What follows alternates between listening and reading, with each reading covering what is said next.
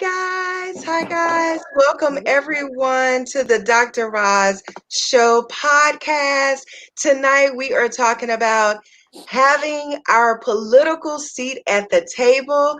I have some stellar people that I love here tonight that are going to talk to you about using your political voice. And so I'll let my guests introduce themselves. Patrice, we'll start with you. Tell us who you are, tell us where you live, and tell us all that you do. Well, good evening. Thank you for having me. I am Patrice Marshall Mckenzie. Professionally, I am Deputy Chief of Staff to LA Unified School District Board Member George McKenna. We are the second largest school district in the United States, largest district in the country with an elected school board. I come from the great city of Pasadena in California, and I am honored to serve my community in a multitude of ways, and really, really delighted to be in this very, very distinguished group of women tonight. And she's being very modest, guys, but Patrice is one of the creators of the Ivy Pack. Who will you tell them what it is? Tell them what it is, Patrice. So Ivy PAC is a political action committee created to support women running for Congress who happen to be members of Alpha Kappa Alpha Sorority Incorporated. We knew that within our official capacity that there were limitations on our advocacy, and we knew that we needed to be able to take that next step in being able to elevate and support women running for federal office. So we are really excited about this election cycle. We have outstanding candidates that we have endorsed, and we look forward to seeing many, many more women coming to the Capitol, bringing Ivy with them. So, in other words, go to Patrice for the money. She's the money lady, right? Money matters. Money matters when you run for office. So absolutely. And we need to have more honest conversations about that. Well, that's what we're going to do tonight. So you just hold right on. We're going to introduce our next guest, and we're going to get into that. We'll go to Alderman Milele A. Coggs.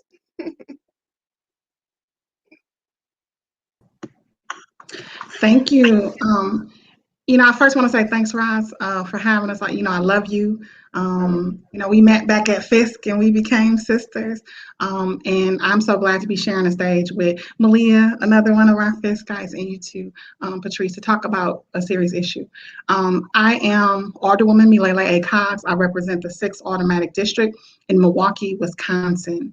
I am the youngest woman ever elected to Milwaukee's Common Council. I got elected at 30 years old. I have served for 12 years. I am currently in my 4th term as city alderwoman. I come from a family steeped in politics. I'm the 5th generation to serve in political office, the first to serve at the city level. Currently, my uncle is the city treasurer for the city of Milwaukee, so we're holding it down politically for the family legacy. And there's plenty of stuff I do here at the city of Milwaukee. We created AKA Day at City Hall, created Girls Day at City Hall, where we bring close to 400 young ladies through the doors of City Hall to show them other women who are elected, as well as how they themselves could be leaders. So I continue to use the power of this office to not just create legislation, but to create opportunity for other women as well. Thank you. And let me just tell you about Milele. She is not lying about being all about in politics. She was the SGA president while we were at Fisk. Like, I knew your whole life was going to be about politics. It was written in the stars just for you completely. So thank you for joining us tonight and sharing, and it's going to share your wisdom. I'm so excited to have you here. And our next guest is my classmate, Malia Cohen. So, wait, did you get sworn in yet? Are you now? I did yesterday. So you're commissioner? I'm that too, yes. I know you have several titles, so yeah. I don't want to mess any of them up. But congratulations on being sworn in. Thank you. I'm so excited, so proud of you. Glad to say that you're class of 2 Gs. At Fisk University, but go ahead and tell us who you are. Well, Thank you, Roz, for sharing your platform with us today. I'm really excited. I've been looking forward to this conversation ever since you sent me the text message last week. Patrice Marshall Mckenzie, it's so good to see you. I haven't seen you in a minute, but our paths have crossed up in Sacramento. And I have not seen Milele, but I watch her and follow her often. And she's given me great advice throughout the years. And holding your entire state up in prayer. You guys are in a very pivotal moment of transition. And so just want to recognize that. But my name's Malia Cohen. I'm a native San Franciscan. I served 8 years on the San Francisco Board of Supervisors, where I was both a member as well as the president. And then in 2018, I was elected to a constitutional office. I'm a member of the California State Board of Equalization. And in my first year, I served as chair. In my second year, which I'm currently wrapping up now, I am a member and believe that you can lead without a title. So what's interesting is that I'm serving on a board and I'm in a space where I represent 10 million people, 23 counties. So when Patrice talks about raising money, that's very real. I lament the fact that I'm not an AKA, so I probably cannot connect within those very green Ivy dollars, but maybe we can negotiate. After all, that's what life is all about, a negotiation. I'm still a Black woman. But in all seriousness, yesterday, so in addition to my full-time job as being a member of the California State Board of Equalization, where I administer and watch over a $70 billion property tax system. And it's a critical system because these property taxes go into public education, goes into fire suppression. And if you're watching the news, you know the state of California we're in the middle of fire season. So public libraries, so public dollars are really important. Milele, I work very closely with our own mini treasurers within the state of California, let alone the state treasurer who invests our money. But yesterday, Mayor London Breed swore me in to be a member of the San Francisco Police Commission, which is a volunteer position. I will be serving 3 Wednesdays out of the month, starting at 5:30, and dealing with police reform. And the reason why I was tapped to do this was because when I was on the board of supervisors, I did a tremendous amount of work that I'm very proud of, changing and pushing for reform, standing up and going against, quite honestly, the current. When people told me there was no problems in San Francisco Police Department and that we were a very progressive and embracive city, I challenged that and really won. We got rid of the carotid restraint, which you may recall was the restraint that killed Eric Gardner. We got rid of that back in 2015, 16, changing the way we collect data, how we analyze data, stops and searches. So there's some pretty key critical things that I actually want to pick up where I left off. And so I'm excited to be here. Also being able to serve as a bridge between the local county of San Francisco, the Bay Area region, and more importantly, the state where I currently serve. So being that bridge, and so there's continuity. Oftentimes you'll see in California, and Patrice, correct me if I'm wrong, but you'll see individual cities and counties will have their own rules, and sometimes the state is slower to begin to comply, to get on board. So I do hope to be a strong force to bring those reforms around so that officers are no longer feel like they can walk around with impunity and start killing people. Or Milele in your state, where vigilantes can feel empowered to arm themselves and kill people and get away with it. So California is a state that leads, and I'm humbled to be on the team that's going to be leading the way. Thank you. I am so proud of you. I remember our freshman year sitting in Dr. Adebanjo's poli-sci classes. Yes. And I knew then, I was like, yeah, she's going to be a career politician. While I bowed out and did psychology. Because I was like, yeah, this is not my ministry at all. But I knew that this would be your future. So it's just so great to see. Wait, we just celebrated 20 years. So it's just so great to see, 20 years, you are really doing your thing in politics. And I'm super proud of all the ladies here on the panel. But all 3 of you guys mean so much to me. And I'm just so happy that you said yes at the last minute, because I did ask you all last week. And because I just felt like the conversation was important. I mean, we just came off the DNC where it's like Black girl power with Kamala. getting the VP nod. And that's so, I don't know, that night when she gave her speech, I just felt so empowered. But then the feeling kind of dwelled after that, because then I looked around and then we had the shootings, right? And the protests and just all the craziness that's still going on. And so I really wanted to get into the conversation tonight because I think, and correct me if I'm wrong, but I think that Black women are just seen as the ones that just go and vote. And I feel like we don't use our leverage enough. Like Black women win the election, but we don't use our leverage. I mean, if we're out here getting the masses to vote and everybody knows that, so they pander to us, they pander to Black women.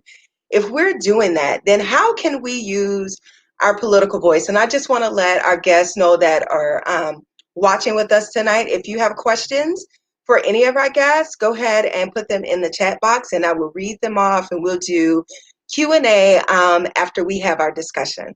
So feel free to, the texts are already coming in. Congratulations to all of the phenomenal women on the panel. Absolutely. This is a powerhouse right here, sitting here. People who are willing to give all of their strength to make where we live, to make America greater. You guys are really making America great.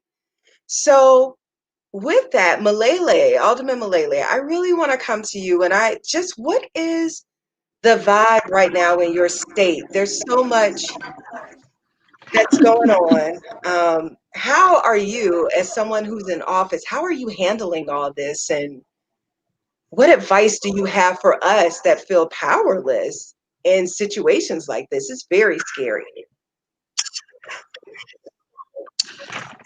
So I remember my first days at Fisk. And when I told people I was from Milwaukee, Wisconsin, the thing that I heard repeated time and time again was, oh, they have Black people up there. And part of the reason that was is because it's not a hugely diverse state as a whole. But Milwaukee is the largest city and the most diverse city, and it is a minority majority city. So it's where we're most numerous. Then Racine and Kenosha. You know, Kenosha, because of the unfortunate situation with Aker-Black and him being shot in the back 7 times by a Kenosha police officer, has caused Wisconsin to be back on the national stage. Unfortunately, it appears that every couple of years we end up back on the national stage, whether it's Kenosha, Milwaukee, or Racine, with incidences that are all too often happening to Black folks across this nation. So today, actually, we had a visit from the president, who has, offered money and a whole bunch of other things to help with police and other things. But he was asked by the governor and asked by several officials to not come, because at a time where we should be healing, convening, and figuring out how to move forward, so that things like what happened to Aker-Black never happens again. Things like the 2 men getting killed and one getting injured by the 17-year-old. Some people call him a vigilante. He's just a point blank murderer. How do you heal from that? It doesn't help to have people spitting rhetoric and coming inflaming folks to do that. So what we're going through right now is really like an up and down roller coaster of sorts. People dealing with the emotions of anger, fear, and all of that. But I think it's also a moment of, I see people in our community organizing at a level that I've never seen before. Attempting to raise their voice in every arena that they can, so that we can change history. So that as we heal from this situation, we're not back here, months from now with a similar situation. So it's folks from Milwaukee that have people in Kenosha's back that go down there daily to help with organizing and protesting and all of that kind of thing. And it's a continuous fight. So we're dealing with what people across the nation are dealing with, and that's just a fight in a city that Milwaukee is one of the most segregated in the nation. And when we talk about systemic racism, we feel way more than our share here in Wisconsin. So it's a continual battle that I am inspired every day by the folks who are on the front line, marching and protesting, and by those who are willing to organize politically and otherwise to help us get through this moment But we always say it's not a moment, it's a movement. What's different with this situation, in every sense, George Floyd, it feels like there's really an even higher call for people to change and for systems to change. And now at protests, it's not just Black people, it's all people. Now, as people are tired of everything, it's not just young people, it's intergenerational. You see different classes of folks. You see it is more widespread. I think it's more people saying enough is enough. And I think that's the beginning of a tipping point for us to really work through some change. But I know we can't do it alone. Malia and I were actually communicating a week ago because I saw, her getting moved on to the police reform. And I've been studying some of the reform that's being recommended in San Francisco and other states. And as we look at reform here in Milwaukee, we don't have to reinvent the wheel. Let's see what others are doing that could work well here. So I reached out to Malia and was like, hey, maybe it's some things that we could work on that would help us as we get through this, because we all know change has to come. And if we work together, it will come. And I don't want just change for Milwaukee. It has to change for our people nationwide. And I think people are ready for that. And, we're here fighting on the legislative tip to help make that happen. I think the beauty of COVID is that we're all at home and we're not distracted. And so we see it. It's so prevalent. It's like you just can't hide from it anymore. Although we've been fighting for it in our community for years, and I mean years, I think it's so prevalent now that people are, they have to choose. They have to make a decision. You can't just sit back now and act like it's not happening, act like it's not something real that we have been saying for years. And I want to get back to you, Malia, because I do want to talk about some of the police reform that has been done in California, because you're right, California does lead um, as far as my limited political knowledge knows. I will not act like I've been all into politics all my life. I have not. I just get fired up about certain situations, and I get fired up about certain things, and then I'm like, I need to investigate what's going on. But how can we, because we feel powerless, right? We feel powerless when my husband leaves for work and I say to him, hey, be careful on your way to work. I love you. Be careful. That's a different kind of be careful, other than like, don't have a wreck or something like that. But it's a be careful because I know about 2 miles up the street, the police hang out, right? They sit and they wait to give out tickets. So I'm like, be mindful. Don't speed in that area, or don't do anything that looks suspicious, or just don't be Black in that moment. That's easier said than done. Absolutely. But it's a very different be careful than, other communities have to experience. And so what are your thoughts on, just us being in different areas? How can we leverage our voice with the police? Like, how can we do that? That's a really interesting question. I've spent a lot of time thinking about it, because I think that the general public is probably like you, Roz, right? You get pissed off, you see something on the news, and you feel it's an emotional reaction. But few people understand the different systems that exist, how you can take your voice and implement it so that you are heard and that you are shaping policy. The other thing that I've noticed is that once that impassioned moment passes, that's really when the real work begins. Now, that is where people like Milele and Patrice and I really step in. And that's our moment to shine as policymakers, knowing how to interface with different levels. You said something about everything because of COVID-19, that's being in quarantine, being at home, and how things seem to be more prevalent. And I'd like to add that not only is there more prevalency to it, relevancy, but technology. Technology has enhanced our ability to capture these abuses of power and then upload it to a platform where thousands, hundreds of thousands, millions of people can view. Whereas 10 years ago, 20 years ago, certainly, these platforms didn't exist. So it was my word against the police officer's word. And my word, law enforcement generally always had the benefit of the doubt. And so we've got real life, tangible instances, and now people are capturing law enforcement officers, killing people, walking away, running away, tasing them. You see people, you've seen, when you think about George Floyd, the officer that had his knee on his neck. I mean, like, there are real unsettling images. If you remember during the civil rights movement, when you had journalists that captured dogs barking and being directed to attack, that also changed America. And that was television. And that was a new level of communication and new way to reach people in their living room. So this period where we are is very, to be consistent with Milele said, it is a movement. This is real. I don't think it's going to dissipate. Now, how do we take this energy and we harness it? Well, from my personal experience, like, once people are done shutting down the freeway and protesting and marching, what do we do then? Well, then there's this thing called public comment, right? There is, which is, I got to tell you, it's a love and hate relationship. Milele, correct me if I'm wrong, but it's a love and hate relationship. Patrice, too. So, but it's important because that is the one element where your voice is unfiltered and you are able to say what you want to say and interface with the decision makers.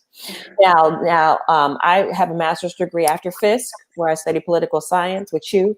I worked 8 years in San Francisco and San Mateo County in local government for elected officials, and really got an eye-opening experience on how people's voices, how people leverage themselves in this policy-making process. I also earned a master's degree from Carnegie Mellon University in public policy and management. So it's not just about reading and writing, but it's also about collecting the data and being able to analyze it and then apply it.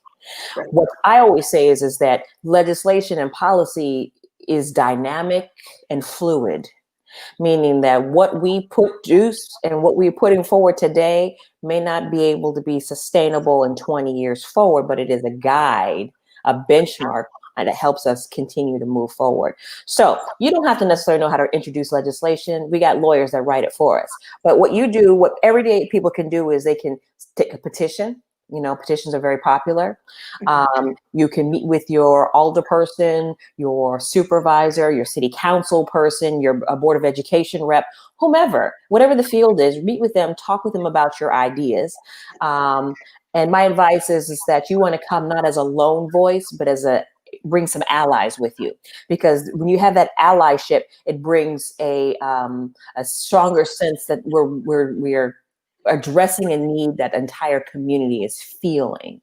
And you don't have to have everything already thought out, but you do want to be able to come in, articulate, and then the legislature and their staff, the legislative members, they go with the attorneys and say, okay, here's some ideas. We're going to draft this legislation. There's legislative research that is done. What's on the books? What are other cities or municipalities and states? What are they doing? And pulling all of this together to come to see how we can address a problem. And then, I would introduce legislation, but I need people from the public to come and back me up. Sometimes we fall short in that area. I'm out there all alone looking like, where's my people? Where are they? Right? But they at home. Now, I don't penalize them because, to be honest, to engage in this system, it's a privilege. It's a privilege to be able to get in your car, drive downtown and pay for parking, at least in San Francisco, to have your kids, have a babysitter or someone at home with your kids preparing their meal or helping them with their homework.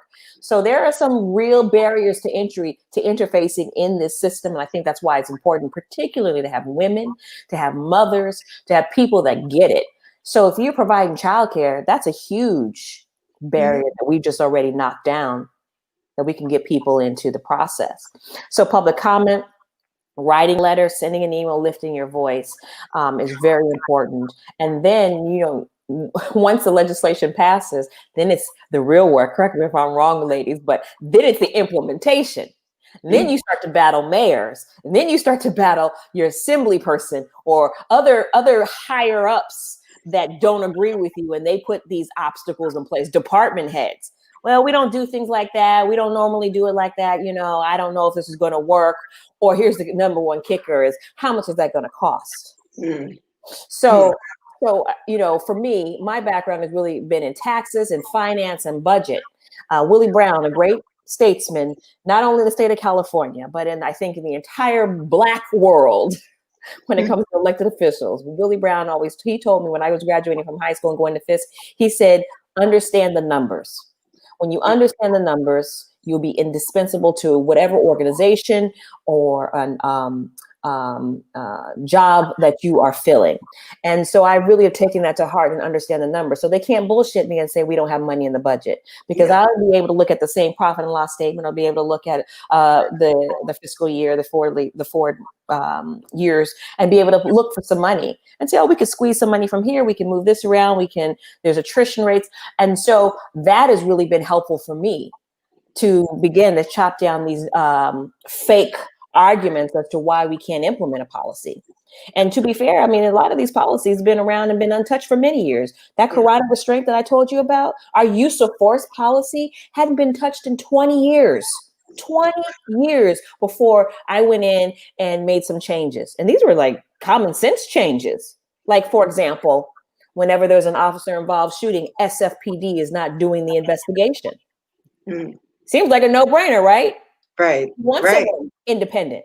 So anyway, this is a long answer, Roz. I'm sorry. This is the Dr. Roz show, not the Malia Cohen show. No. But you asked a very complicated question, and I'm trying to really get it down to a succinct answer. But there are levels, but you have to be patient when it comes to engagement. Change is not immediate, quick, fast, and it does not come in a hurry.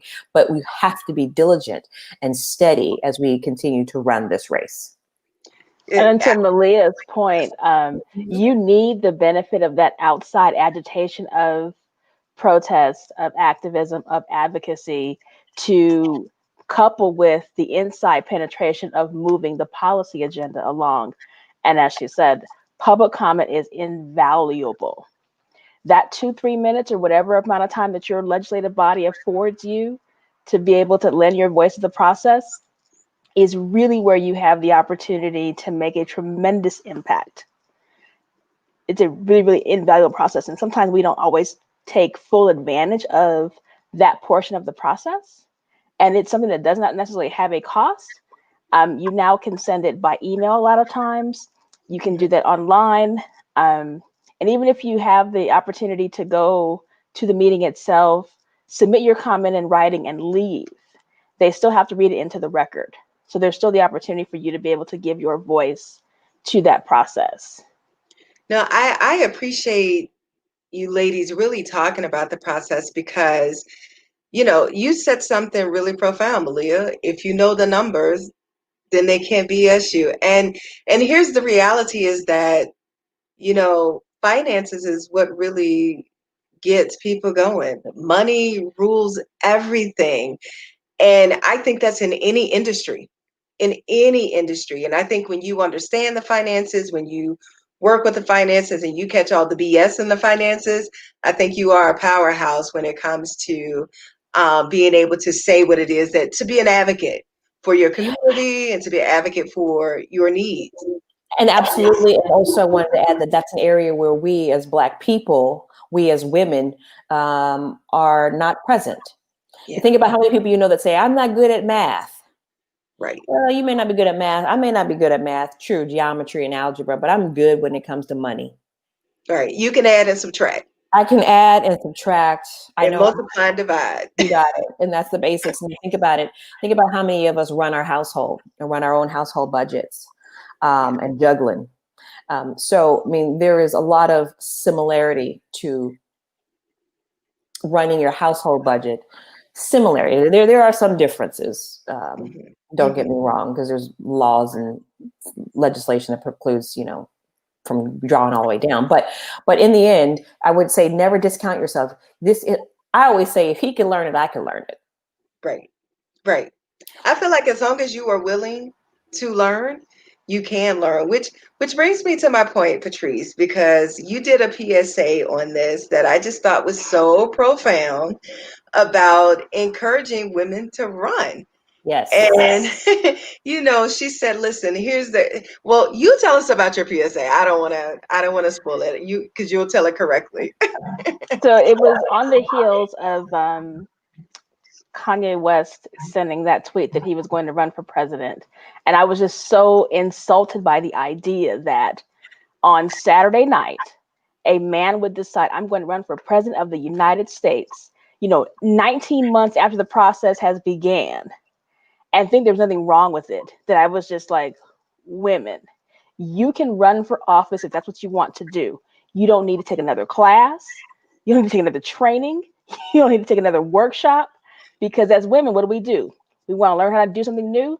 We go to Google, how to, and whatever that is. We're on YouTube, Google, and any other kind of source looking for a class, a training, a workshop, a degree. And we are over workshopped, over trained, over degreed, over prepared, over studied, over trained, and we still second guess ourselves. So I want women to stop second guessing themselves, stop doubting yourself. All the things that we do in our daily lives that we do on just a random Tuesday prepare us to do any of the things that are required to be done as a policymaker, as a public servant, as an elected official. Because men literally wake up and say, I'm going to run for office. They may not know about the office. They may not know about the scope. They may not know about the level of responsibility. They may not know about what it entails, but they will go out and do it without any hesitation whatsoever. Meanwhile, women sit back and we think about, well, what if I don't know this? What if I don't know that? Am I smart enough? Do I know enough about the topic? Do I know enough about the issues? So I would say that what Patrice is saying is unique to male, just the male socialization. Black, white, Latino, Yes. it doesn't matter, gay or straight. Y chromosomes. Exactly. Y chromosomes think they can do whatever it is that they want to do. Absolutely. And no slight to them, but as women, we have to get past the imposter syndrome, right? And recognize that we can be advocates. And here's the thing that I really wanted to get all of your opinion about, and we'll start with you, Patrice. This idea when before Biden made the announcement that he was choosing Kamala, there was this whole discussion about her being too ambitious. When I tell you I was heated and I was windmilling the air because I was just mad. I was like, what? Too ambitious? Really? So what are your thoughts on that? We'll start with you, Patrice, and then we'll go to you, Milele, and then you, Malia. It was absolutely enraging that was even a conversation, especially given the fact that at the time, our presumptive nominee, who we are very happy to support, has run for president 3 times and has been doing so since 1988. No one is questioning his ambition. No one is questioning his intention, his motive, nothing. There's no question about it, no discussion of integrity, no discussion of, well, is she really wanting to serve? Why does she want this? What's driving her? No question about any of that for a man. But as a woman, and particularly a Black woman, for one to aspire to lead in a way that we have not yet seen, we have not yet become accustomed to, and it has not become what we think of as acceptable, normal, or attainable. For her to have that level of desire was somehow wrong. I found that absolutely enraging. Yeah. Oh, I was livid, especially because of what we currently have in office. I was like ambitious and The man that woke up on Tuesday and said, I'm going to run for president. exactly. It was just like I can't.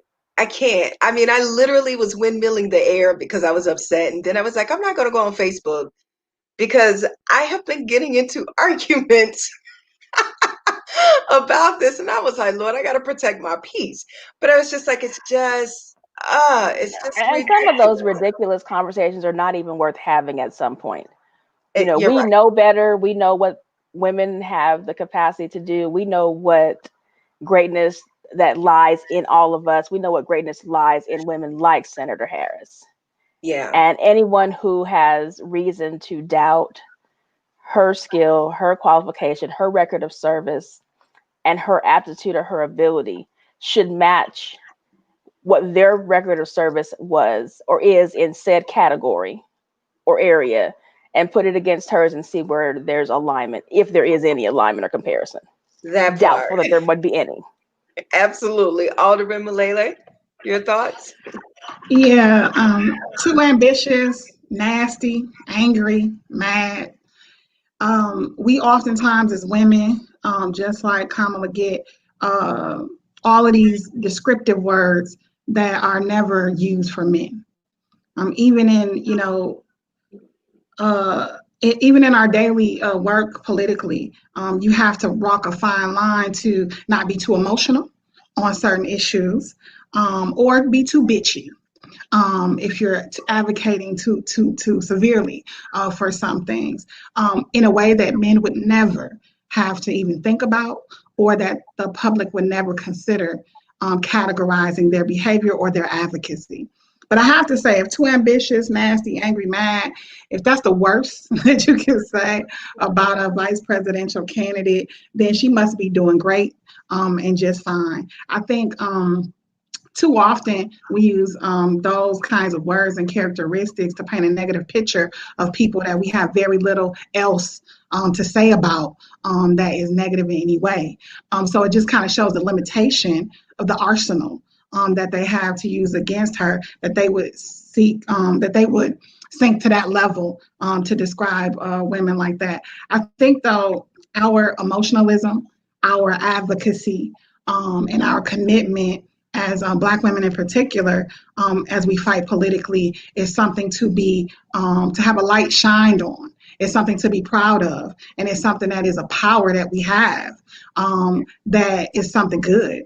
So to me, whenever they point out stuff like that, I'm just like, that's, she got my vote. That Right. kind of thing. I will say this too. In Milwaukee, it's something we deal with very, very seriously. It's when I first got elected, it was 15 members. There had not been a woman for at least one term for 4 years out of the 15 members.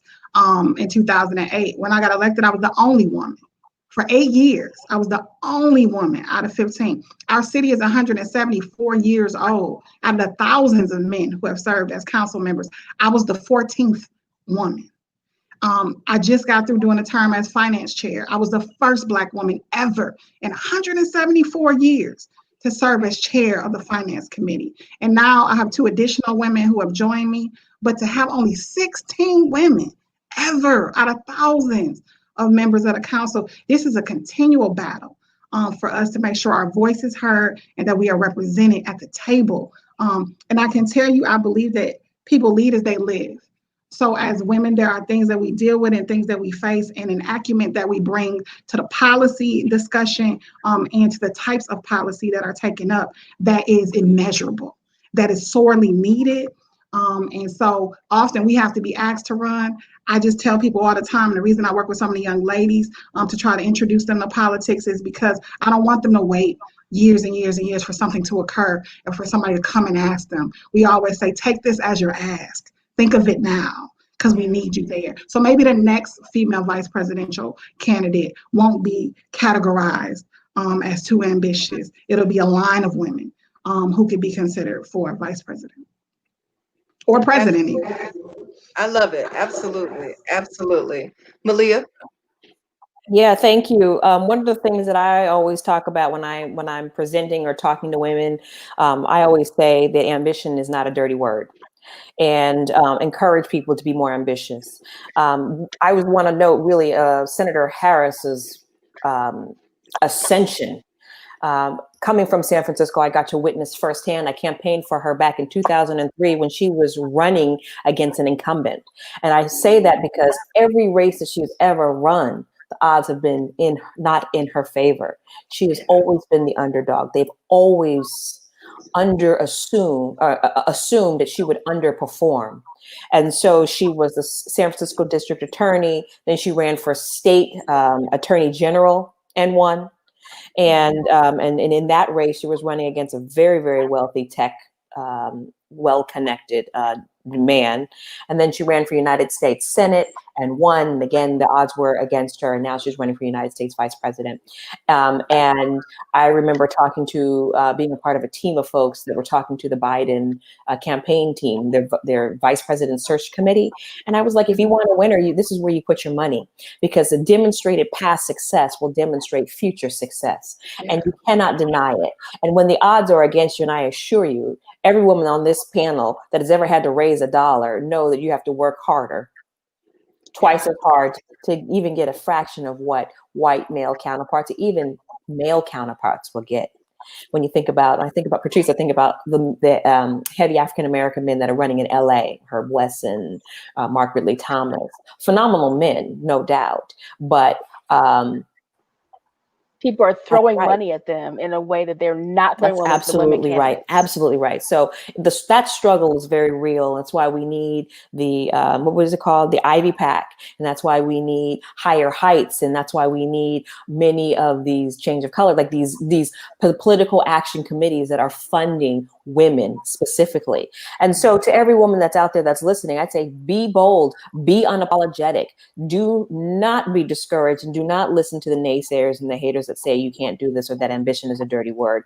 And it's almost counterintuitive to how we were socialized and raised. You were raised in the church, right? You saw Black women leading, but you didn't see them necessarily in the pulpit. You didn't necessarily see them front and center. Think about our own civil rights movement. Rumor has it that Dr. Martin Luther King and the leadership didn't want to share it with the woman. So that sexism and that double standard exists not only in America, but in Black America, and probably, if we're honest, even in our own families. Yeah. How we raise our boys and how we raise our girls is different. It's the truth. You know, so it's just, you know, you think about these different systems and how do we begin to tear them down. One thing I heard consistently about Senator Harris was that she wasn't a Black American, right? She wasn't descendants of slaves, so she wasn't really Black enough, right? If you think about it, because her mother was from India, but then she wasn't Asian really enough because her mother. And then they talked about because, well, she came from middle class. Her father was an educated man. Her mother was an educated woman. She was a researcher, a scientist, and he was an economic a professor at Stanford. And so, you know, we're constantly challenging the norm. Now, there's an accepted norm of a narrative. Like if you are Black and you are female and you came from the hood and you rose up above all these unsurmountable odds, that story is palatable and people will take you. If you are the first in your family to go to college, they love all that because that's you're showing strength in the midst of adversity and you've been tried and true. But then here's a new narrative. Now we got middle class people whose parents were educated, whose parents, my parents were married and grew up in the house. And so that narrative is going to start to shake the conversation too. Yeah. And that's when class and race really begin to intersect. And that's when it's going to be real spicy. Yeah. When class and race intersect, because we've blown people's minds. Certainly in San Francisco, Black people here are not seen as middle class, as property owners. I mean, they want to advocate on our behalf, but for those that are in public housing and those that are getting aid. And that is like that class of folks. And the rest of the middle class ones get washed out.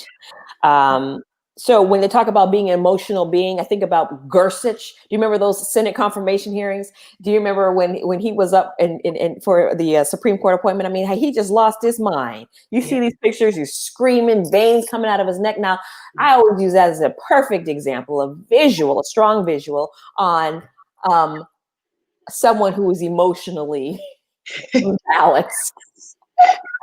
Absolutely. So, I mean, there's so many different types of stereotypes. I just say, keep plotting on, sister. Focus on the goal. Tune out those haters, and remember why you're doing it, whom you're doing it for, and remember whose you are. Always remember that. No, I love it because you're right. Absolutely right. Sexism is real. You know, we saw it in the last election because there is no way that the most qualified person did not win. And now we have what we have, right? And I don't care what you think her politics are or how you feel about her. She was the most qualified for the job. So the sexism really showed up in the last election that we have. And you're right, the intersectionality of race and class, yeah, that's showing up now. That is showing up now, which brings me to my next question. And Patrice, you and I had a conversation about this. But you have these celebrity Black men. Here we go. Let me mute myself. Excuse me. Telling people to hold their vote until the Democratic Party gives you something. So, who was it? Ice Cube. Here more recently, we've heard Nick Cannon say it. I think, is it P. Diddy, Puffy? I don't know what he goes by that. I think he said it in the past. And it's ridiculous. It's ridiculous to tell people to hold their vote because people are not hearing the idea of hold your vote until they give you something. People are hearing don't vote, which is counterproductive to what we actually need to be doing right now. So we'll start with you, Malia. What are your thoughts about these men of power and privilege with a platform spreading this message? I think I have mixed feelings about it because I don't want to be disrespectful, right? And to some degree, they are correct. We need to hold on to our power, not squander it and just throw it away and hope that they remember us, and that we should be fierce in our advocacy to get something tangible in return. I get that. However, I also believe that many of these folks that are in the entertainment field, they have an underdeveloped political acumen. I think Snoop Doggy Dogg is going to vote for the first time in his entire life this presidential election season. I mean, you can Google that. And so I don't agree with not voting. And I use the example of the last presidential election cycle. What happens when you don't vote? When you don't vote, our interests are not considered or brought to the table. And it's more than just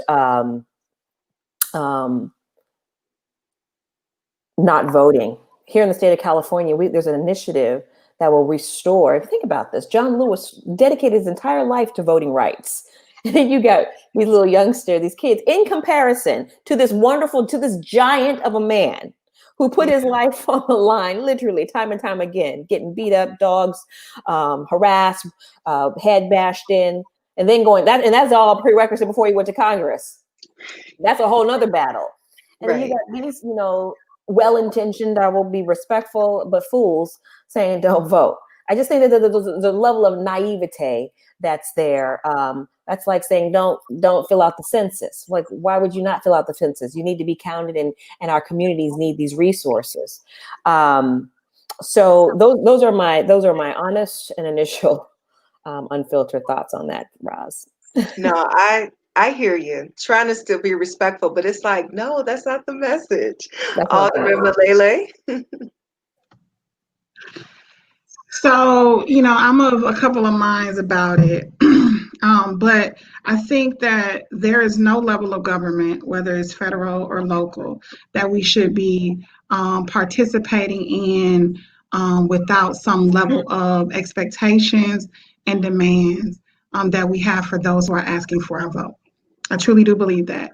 And I've sat in a city that is majority minority and seen people of color get elected with no level of accountability to the community of color that they're supposed to be serving. And the truth is, it wasn't demanded of them to get a vote. So I understand the messaging and the point of the messaging. What I question is the timeliness of it. I don't believe you begin those comments, just like we don't like when candidates come into our community a couple weeks before the election, spend a couple of dollars and expect us to come out in record numbers for them. We shouldn't be coming a couple of months before one of the biggest elections in our lifetime, setting goalposts that would be challenging for people to meet. I think the conversation about what's needed for our community is one that should be ongoing. It shouldn't start right before a presidential election. It should be going on 4 years before, 8 years before. This should be an ongoing conversation. So the concern that they have today about whether candidates meet certain standards for what they will do for the Black community, that's a concern they'll need to have after November 3rd for the next presidential in 4 years. So I think that timeliness is critically important, but at no point do I believe it ever makes any sense to withhold your vote, to not participate in the system. Because, I'm old school. I just go back to, my ancestors fought and died for me to have this right. It would be a disrespect to them for me not to go to the polls to vote. Yeah, we can demand and we can advocate for the things that we want to make sure happen and that candidates address. And I think that's an ongoing thing, not just for elections, but throughout the service and throughout the term of folks. But in this moment, a non-vote is a vote to keep the person that we have currently in office. And that's just not something that any of us should want to happen. And for those who question the value of their vote, if our vote wasn't that important, if it didn't hold so much power, they wouldn't be trying so hard to suppress it. Yeah, absolutely. Absolutely. And, Malia, you brought it up talking about, Representative John Lewis, like as Fiskites, we heard about the struggle, like it was pounded into us about voting. And so just on the strength of just seeing what he went through and others before him, I think about my parents during the civil rights era. Like, I was so surprised to find out that my parents were arrested because they did a sit-in. I was like, go, mom and dad, like my rebel parents, right? I was so proud of them. But, just our family members are, and our ancestors have done so much for us not to vote. Patrice, your thoughts? I absolutely agree with the idea that we should certainly make an ask for what we think our community deserves and what we need. But timing, again, to underscore that message of timing matters. There's also a process that matters too. And I think that the political naivete of not fully having a wealth or breadth of depth understanding of the process is dangerous. I also want to underscore the fact that these gentlemen who are making this ask of withholding your vote are doing so from a very, very privileged place. Their financial interest, their economic interest, their position in life does not mirror the people that they are saying to withhold your vote until X is accomplished. The impact of what that looks like for entertainers or celebrities is very, very different than regular civilian human beings like us. Yeah. So also, I really struggle with the fact that people have an expectation of the federal government that doesn't necessarily align with what that role and function is. Many of the things that people want from the federal government are things that should be happening at the city, state, and local level. So just making sure that you are aligning the ask to the right level of government is where you will get a lot further in terms of making your ask in general. And again, I think that if we are not voting, we're not in the process. And to me, silence is consent. And I never want to be silent about something that I have the opportunity to have a voice on. So the advocacy of asking for what it is our community deserves and is entitled to and needs to have is essential. And that, again, as Milele said, that is an ongoing conversation. They were absolutely silent during the 18, 19 months of 25 candidates running for president and having these conversations. Like, where were they during that process? Also, where were they when the party was developing its platform? There's a whole mechanism and structure for how it is that you have priorities introduced, how they are voted on, how they are adopted, and how they're included into the party's platform. Or just on a real... That's the naivete. Yeah. Oh, sorry, I was going to say that's the naivete I'm talking about. You're right. You got privilege that can say hold your vote, but yet you're not interfacing with the DNC. You're not interfacing with the DCCC on the county level. I mean, like, there's so many different places or that on you a can basic level, really for them to be celebrities and have the access, the platform, and the opportunity that they have, instead of putting up a website, writing a short-sighted policy platform, and going to Instagram with a 2-minute video, Why was there not a phone call made to the Biden team to say, hey, I have some ideas. Can we have a meeting? Hmm. Surely that response would have been met and requested and heard. Listen, if he's meeting with Cardi B, he'll meet with an iced tea. Absolutely. I mean, or Ice Cube, sorry, Ice Cube. But still, if he's, but absolutely. But the idea that you're not utilizing your voice in a way that is positive. And also, I think that's very dangerous because that could be considered almost voter suppression. Yeah. On some level. Yeah. Because if you're yeah. amplifying this message to people that may not necessarily have the ability to discern the why the request to hold the vote was made, or even maybe they didn't hear the whole thing. They may only have heard that hold your vote part and stopped and started there. That is dangerous. And when the future of democracy is really at stake at this point, we don't have the luxury to let the future of democracy go without our voices being included in the process and casting a ballot on election day. Absolutely. Thank you, ladies. I'm going to read some of the comments. They've been coming in as we've been talking, and I've been so wrapped up in the conversation that I forgot about the comments. So, audience, I apologize for just not getting to the comments, but some of the comments, congratulations to all the phenomenal women on the panel.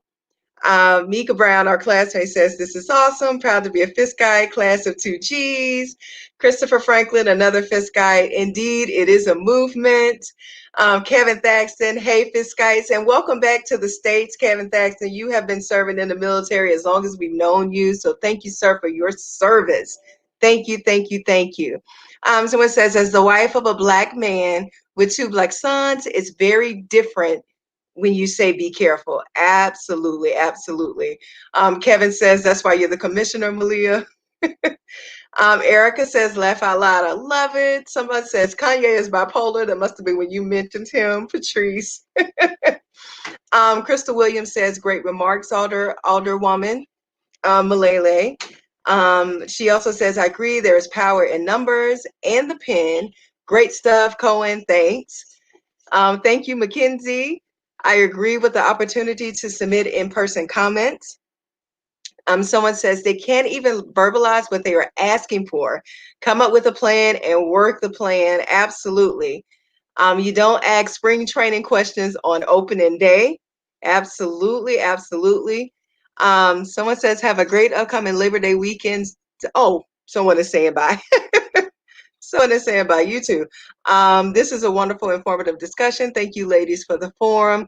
So with that, just wanted to make sure that we got the comments in, and I agree. I think you ladies have provided such insight tonight where, I'm activated because I'll be honest, there have been times that I have felt hopeless and like, what can I do? How can I get started? I don't know where to start. I don't know what to do. Luckily, and I got to give a shout out to Corrine Taylor. She's a Fiskite. I think she's class 2001 or either 2002. But she has started, her and another young man, they've started the Divine Nine HBCU family pack, I guess, or awareness. And so, she's pulled us in, and we are now doing phone banks. We're organizing to do phone banks. So I'm just excited because now I feel like that, because I want to do something, but I don't know what to do. And I know I can't be the only person that feels that way. So Alderwoman Milele Coggs, we'll start with you. What's something really quick that we can do locally in our community so that we cannot feel powerless?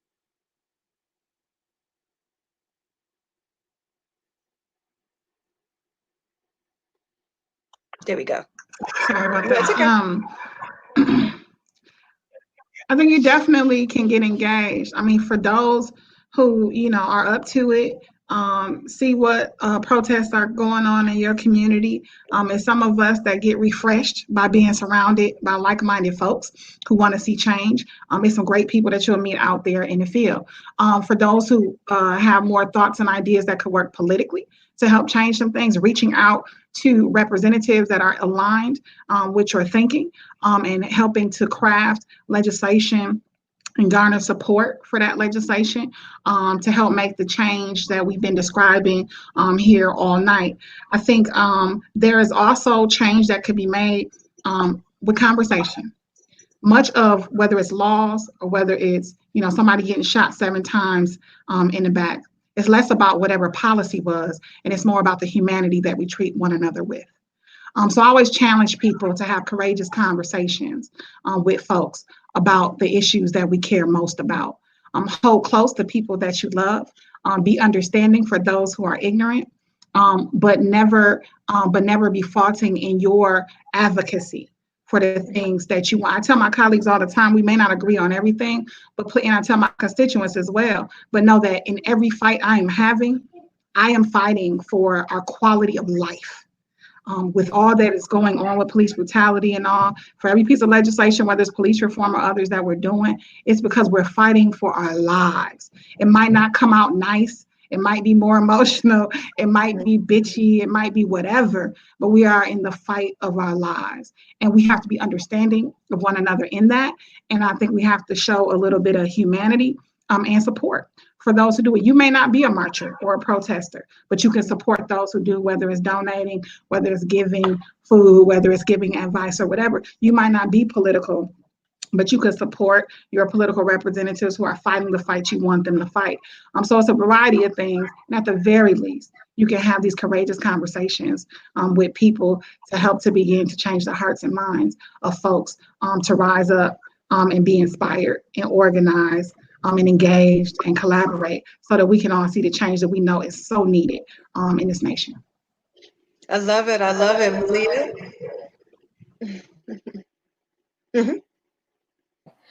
So yeah, just a few thoughts. I would say people want to get activated and engaged. They need to vote. I would say they need to fill out their census form. I believe that they can pick an issue that's really important to them. If it's in their child's school, it could be a women's issue, it could be reproductive, it could be police violence. I mean, it could be something very big, it could be something small, but pick something and just get in the game. Sign a petition is a way to lift up your voice. Signing petitions, you want to be a little knowledgeable what you're signing for, particularly if it's something that's going to be going to the ballot. But when you sign up for stuff, sometimes you get, sorry, my husband calling. you get in the game, you kind of get on one email list, and then that's how it grows from there. Donate to a campaign, an issue that is important to you, that also gets you in. And then I would say to take it a step further, you could write an op-ed sharing your beliefs and your position. You can serve on a board or a commission if you really want to get serious. And there's ways that you can do that through an application process, through a confirmation, through appointment, and then also ultimately run for office. So, what I put out there was just a way to build up, right? You're engaging, you're protesting, you're advocating, then you're building your body of work, you're writing, you're engaged, you need to network with other elected officials or appointed officials.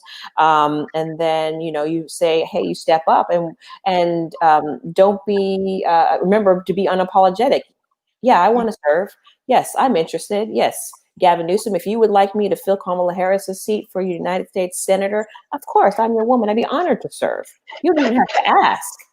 So, because, I only use this as an example because it's like a game that, people are like, no, I don't want to do it. Oh, I don't know. Like, fuck that. Listen, yes, yeah. I'm in. Yeah. I'm ready.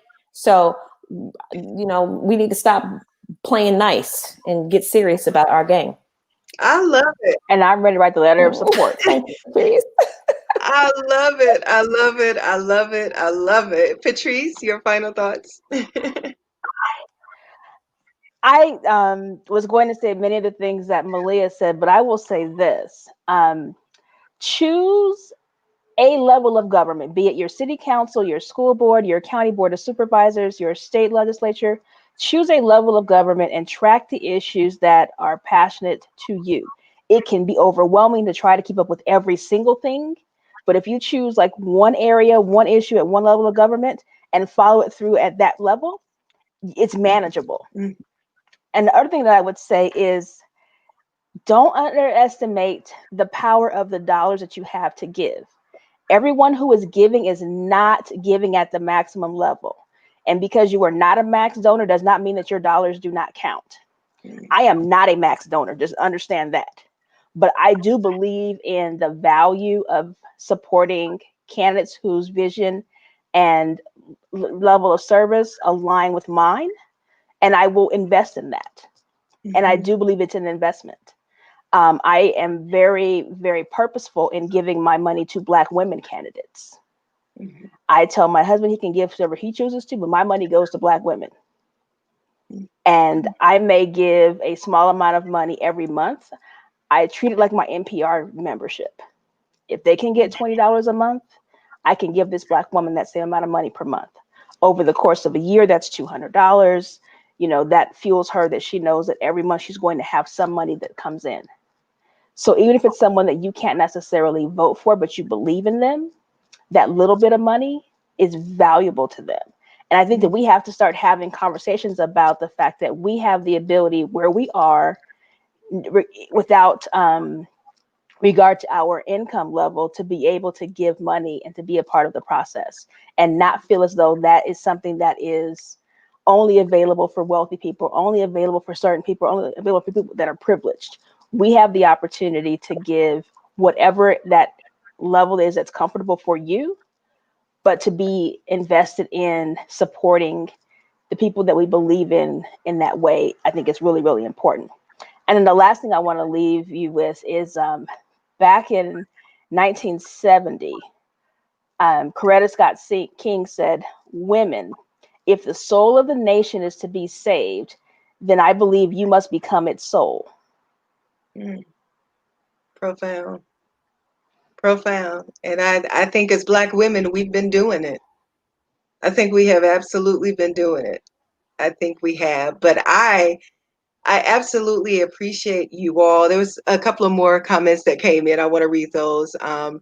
Congrats to entire panel. Great job. I think they may be saying hold them accountable versus hold your voice. Underdeveloped, good word. Lack of knowledge is the root of all evil. Absolutely. And the Zakia Mabry says, stop playing nice. I think that's the takeaway for tonight. Stop playing nice. Your money counts. Everyone can invest in being a part of the change women lead.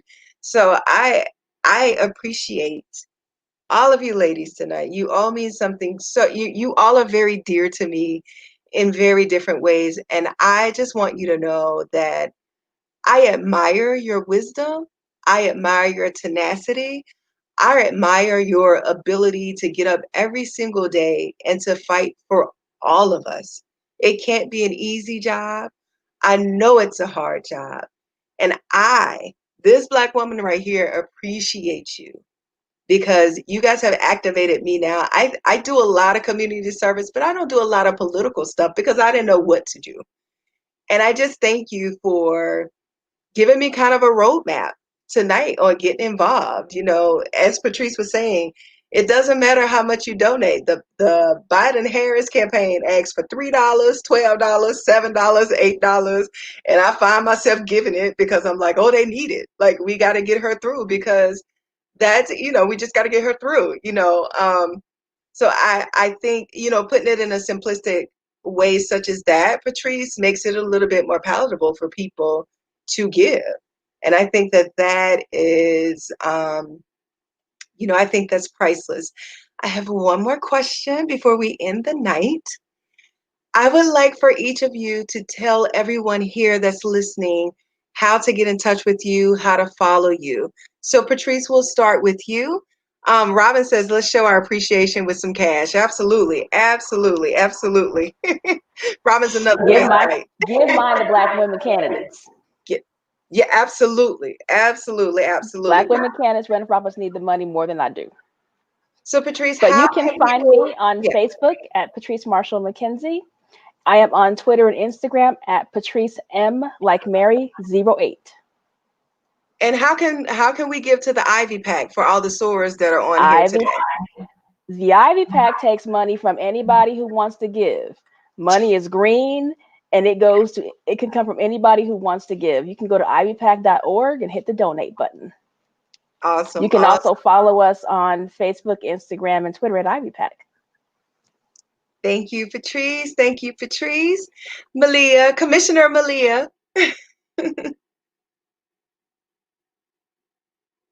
Roz, thank you for inviting me to be a part of this amazing platform. Please bring us back, maybe post-election, so we can do an analysis or an audit about kind of like what things are going and how things are Oh, going, we're coming how back they after the went down. debate. So I already But thought about that after the debate. oh, okay, Yeah. irregular, yes.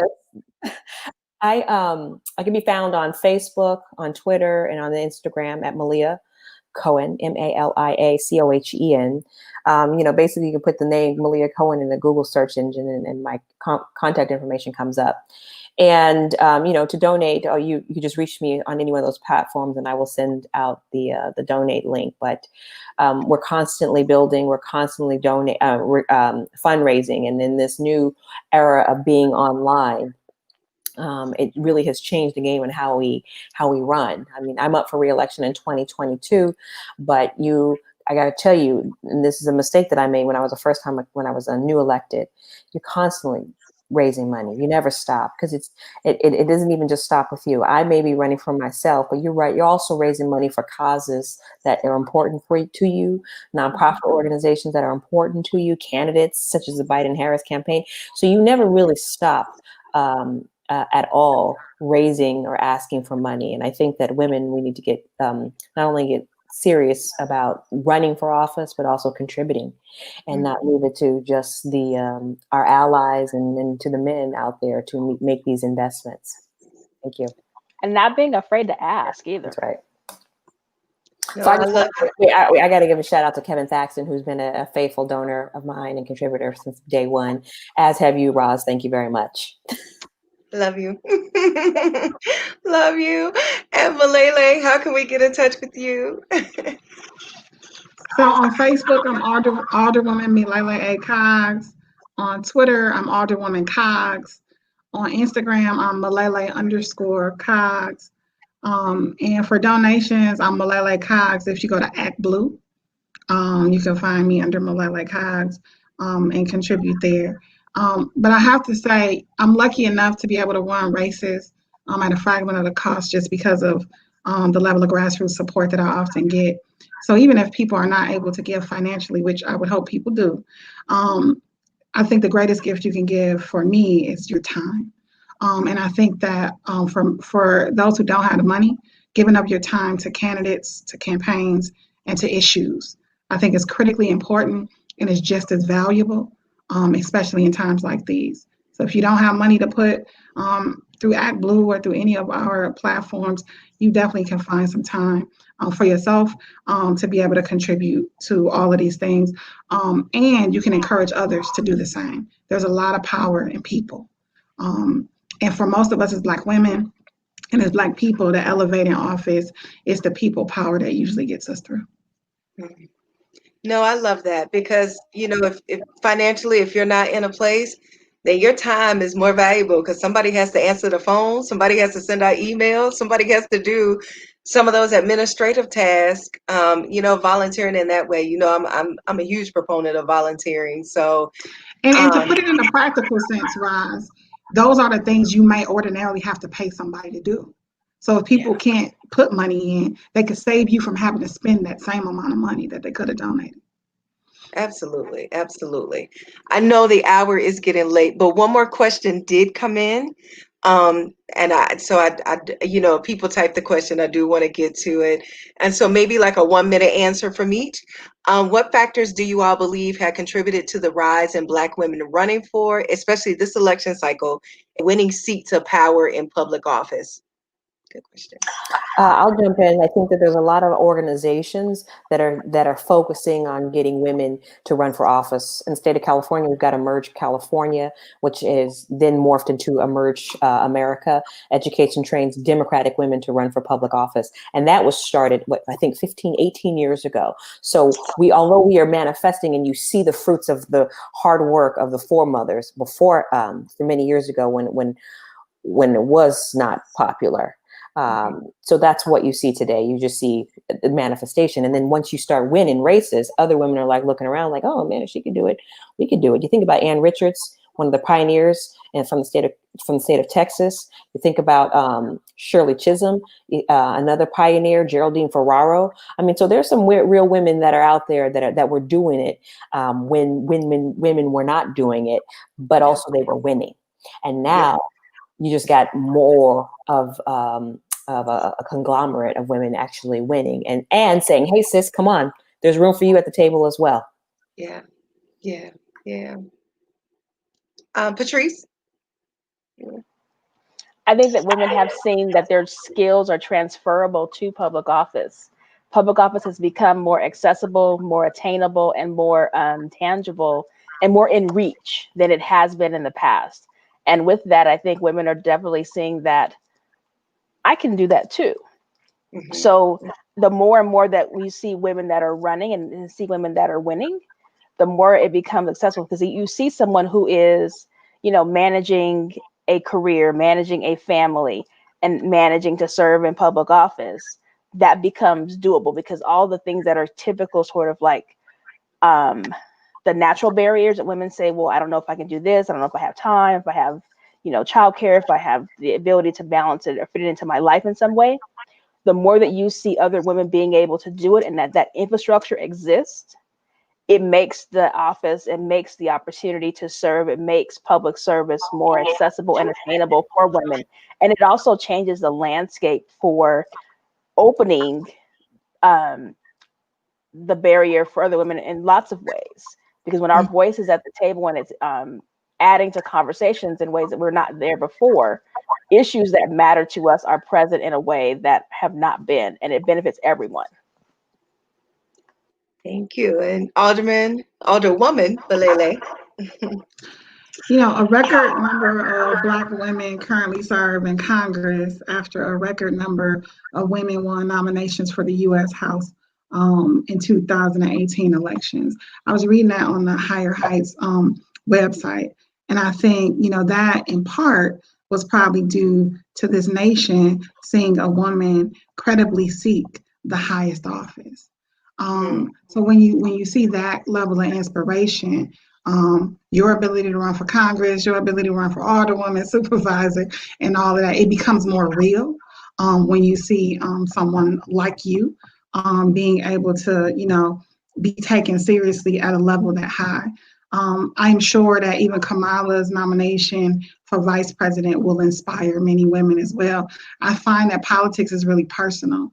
Usually it is an issue, a person, or something like that got people to even care about elections or the process. And I think people are becoming more and more educated about what impacts that issue in their life or that thing in their community. And as they become more aware, they begin to recognize the necessity for their involvement in the process that helps to impact those things. So I think what you see now with more women getting involved, of course, I think is them seeing themselves reflected in a lot of the women across the country who are getting elected at all different levels, but also it's usually something personal that impacted them, that made them know that they needed to go ahead and get involved and engage politically. I also think, politics is a science, and we have to become the scientists. Oftentimes people try to interpret politics for us, or people don't really understand how politics works, or they think it's just a popularity contest. But I think, I bet you, I've not done a study on this, but a lot of women who end up running are usually the same women who usually would help others on their campaign. They're the ones who were the fundraiser for this male candidate. They're the ones who were the volunteer organizer for this other candidate. And it's more of them seeing the science behind it, and then recognizing that they too could step forward and lead. And I think, the national trainings and different things like that are helpful. And I think it exposes just more women to the potential and the possibility as well. But I think all of those things help to impact more women coming to the table to lead. I love it. And again, I love all three of you ladies. Thank you so much for joining me tonight. Thank you, everyone, for tuning in to another Dr. Ross show. I hope that it was informative and that you learned something and that you are sharing this information with others so that we can impact our communities abroad. Thank you again. You guys know I love you with the grace of God, and have a wonderful night.